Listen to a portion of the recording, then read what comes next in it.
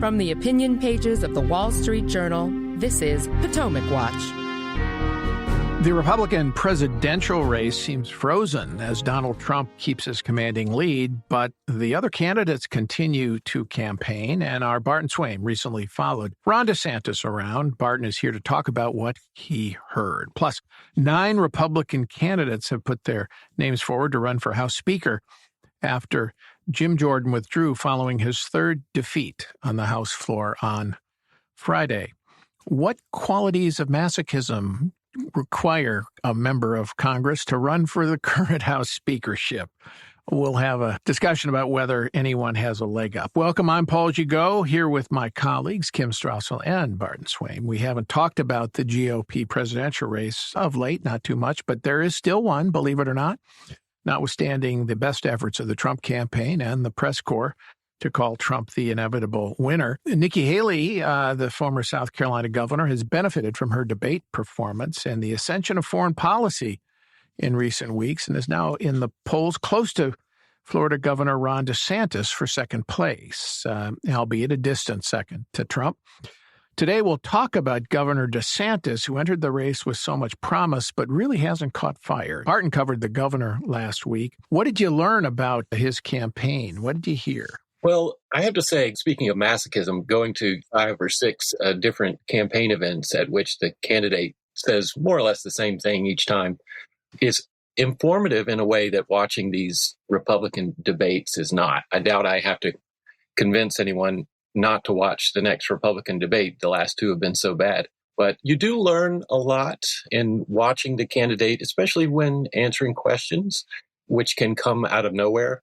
And you get a sense of why people are there. So one thing that I like to do at these events is just, arrive early, stay late if I can, and just talk to random people. They're usually happy to talk. As much as they hate the media, they'll talk to a journalist, no problem. And just ask them, I like to ask, are you here because you're a DeSantis fan, or are you here because, you want to sort of test drive each candidate? And I was surprised at how many people were at these DeSantis events who told me that they were mainly supporting Trump, at least before the event.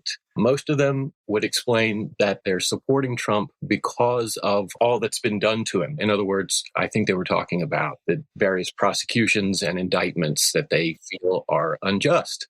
But their presence at a DeSantis event would seem to suggest that that support is not solid yet. It's not decided. In a number of cases, I did talk to some people who told me that they were convinced to support DeSantis because, according to policy positions, he's quite close to Trump on most issues, including core Republican issues, but also including trade and a sort of attitudinal skepticism towards military involvement abroad. I think it's probably fair to characterize it that way. So my sense coming away from all these events was that the poll numbers that we see may be a little more fluid than we can appreciate as we get closer and closer to primary dates. Yeah, that's interesting. I think the race since the indictments and the debates have really locked in Trump's lead. It seems to me there hasn't been a lot of variation to it, no matter what he says. And if anything, the various court appearances seem to reinforce that point you make about how people are sticking with Trump just because they want to stick it to the man, if you will. I actually heard that phrase more than once. That's interesting. And yet the debates have had the effect of elevating Haley, which is interesting. I want to talk about that. But let's listen to a clip of DeSantis at one of those events you attended, Barton. We've had a long-standing relationship with Israel. I've always supported that relationship that has involved military support and whatnot. I mean, usually a few $1 billion a year. We've done about $150 billion to Israel since its inception over 75 years. I think it's $158 billion. They're not really asking us for that much now. Now, maybe he'll say behind the scenes, Bibi has asked for some of this, but they have a good military. People, I got asked in the town hall today, would you put our troops in Israel? I was like, of course not. They can defend themselves.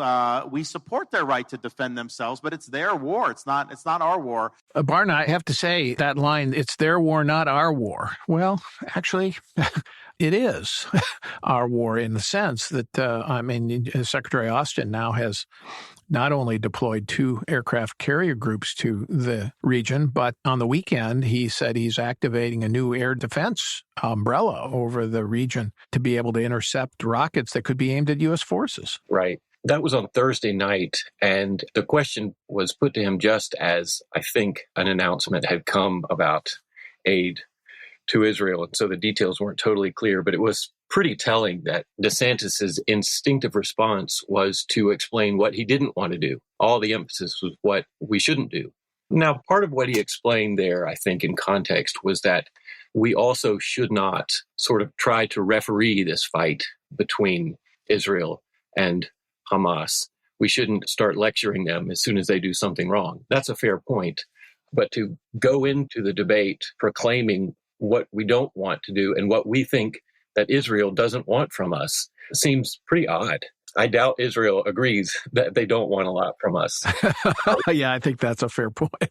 And the comment that it's their war, I wonder if he remembered that there are American hostages still being held by Hamas in Gaza. In a sense, it is our war, and it was a pretty striking and maybe jarring comment. Yeah, and when I say it's our war, I mean the 31 Americans were killed in that Hamas assault on southern Israel. And you mentioned the hostages, and it's not suggesting that we should deploy troops on the ground there. DeSantis is right that Israel can defend itself, but they may indeed need our help if the war becomes larger. Kim, what do you make of DeSantis' views on foreign policy? He's now out with a couple of ads, one going after Nikki Haley, claiming that she wants to take in Gaza refugees into the United States. I think that was a distortion of her views. What she said was that you can distinguish between Hamas and Palestinians, regular Palestinians.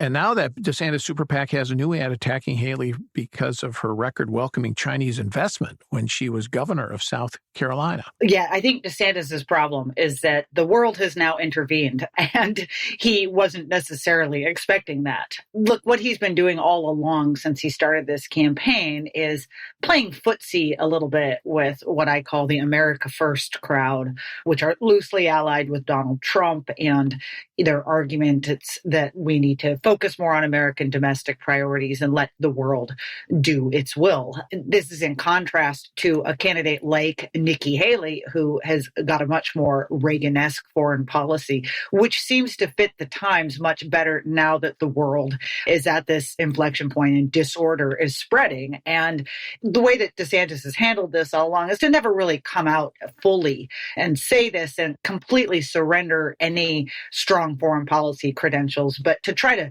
bridge the middle all the time. When it comes to Ukraine, he's never outright said, we need to just stop giving them any money. Instead, he says, we need to not give them a blank check. We need to figure out what the end game is. Now, that's not an answer to anything, but he's trying to sort of straddle this crowd. I find it odd, Paul, because I think you're now seeing how this can potentially hurt him. And that's why you're seeing these super PAC ads come out. Is he's missing an opportunity to very clearly make a distinction between himself and Donald Trump. He's chasing those voters, but if they've already got Donald Trump, the only reason they would switch is if they saw something they liked more and that was better. And that is DeSantis missing that opportunity. But now with Haley on the rise as well, too, it's put him in a tough spot where she looks stronger than he does on foreign policy. She certainly has answers when she speaks. She spent 2 years as UN ambassador. She actually did a good job while she was there. She's clearly developed a very clear view of America's role in it. And I think that's really served to highlight the extent to which he keeps kind of bobbing and weaving in this area, either because he doesn't feel as confident with the material or because he's overthinking the politics of it. But, I keep saying this, like, will someone free Ron DeSantis? What is Ron DeSantis's real view on foreign policy? This is where he's struggling at the moment because honestly, Paul, I just don't think it interests him as much as domestic policy. And I just don't think he's wrapped his mind around it. Yeah, it's almost as if he thinks that this is going to be settled, this race, if Trump is going to be defeated on domestic issues and on other things. And he just doesn't want to get into a foreign policy fight. My view is that he's nonetheless sending signals about leadership and constancy to a chunk of voters who do care about that. His pollster once told me that only about 7% of the electorate care about foreign policy and Ukraine. And that may have been right then, but I have a feeling it's climbing as a share of the electorate with recent events. And then, of course, the other point is that the fact that Haley and DeSantis are fighting each other means they're not making a critique of Donald Trump. So Trump just loves this. That's exactly right. One of the frustrating things about listening to DeSantis on the topic, especially of Ukraine, which he doesn't like to talk about at all. He likes to refer to the war in Europe. But is that his objection is, as Kim points out, well, we have to articulate a clear end game. We have to have a plan. We have to make the mission clear. And that's true to a point. But you could say the same thing about any war effort, including wars that the U.S. has lost. We had lots of clear statements of purpose and lots of plans in both Vietnam and Iraq. Too many, you could argue. But having a clear plan doesn't mean that it's going to go the way you want. Having the right plan isn't the same as having the right policy. You know, in fairness, I think you could fault President Biden for not explaining why we're aiding Ukraine and what the stakes are. But look at the reality. Russia is decimating its own military for the rock bottom price of 0 American troops on the ground. I think you could fault the administration for pursuing that policy so sluggishly, maybe. But as a policy, it strikes me as not all that bad. And on the point about not having a clear end game or a clear plan, you could say the same thing about Israel. The statement that is going to destroy Hamas is hardly clear in how you will do that and how you will sustain that and what happens after you have done that, assuming you can do that in that urban environment. So, as you say, you can say that about any war. Well, this foreign policy debate is going to continue, and it's interesting, adds an element here of dynamism to the race. We don't know how it's going to turn out, but I do have a sense that we haven't seen the last of the movement in this race, that it's not going to stay static right through Iowa. Usually something happens, somebody will break through, and I think DeSantis and Haley are now competing to see who can break through and become the dominant alternative to Trump